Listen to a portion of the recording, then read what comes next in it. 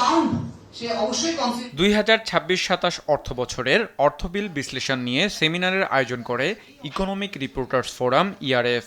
এই সময়টা 5 দিন 7 দিন 10 দিনও লেগে যেত। সেমিনারে বক্তারা নতুন অর্থ বছরের বাজেটে এনবিআর এর বেশ কিছু যুগান্তকারী পদক্ষেপ নেয়ার সাধুবাদ জানিয়ে তা বাস্তবায়নে তদারকির তাগিদ দেন। প্রতি 3 মাস অন্তর অন্তর এটাকে ইভ্যালুয়েট করতে হবে।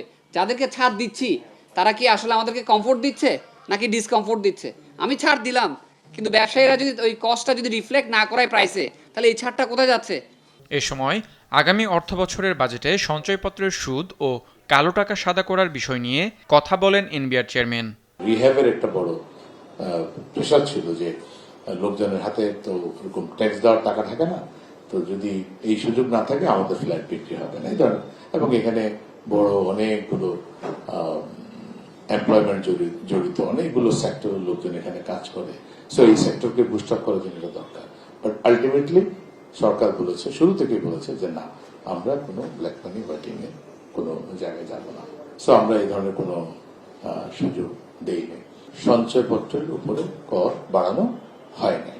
সাধারণ জনগণ ও ব্যবসায়ীদের স্বস্তি দিতে কর ছাড়ের সুযোগ সহ বিনিয়োগ ও কর্মসংস্থান বাড়াতে এবারের বাজেটে কার্যকর পদক্ষেপ নেওয়া হয়েছে বলেও জানান তিনি। এই মুহূর্তে সরকার যেটাকে চ্যালেঞ্জ হিসেবে নিয়েছে, আমাদের এন্টায়ার ইকোনমির যে চাকা এটাকে ঘুরাতে হবে, নতুন করে শুরু করতে হবে।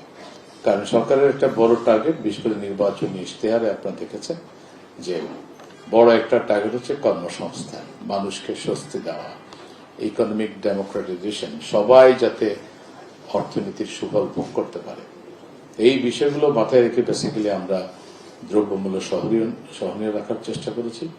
আমাদের ব্যবসায়ীরা, বিশেষ করে যারা লোকাল প্রোডাকশন করে, তারা যাতে তাদের যে শিল্পের কাঁচামাল সেগুলো কম দামে আনতে পারেন এবং তারা ইন্টারন্যাশনাল যাতে কম্পিট করতে পারেন, সে কারণে আমরা এই জায়গাটাতে বড় স্বস্তি দেওয়ার চেষ্টা করেছি।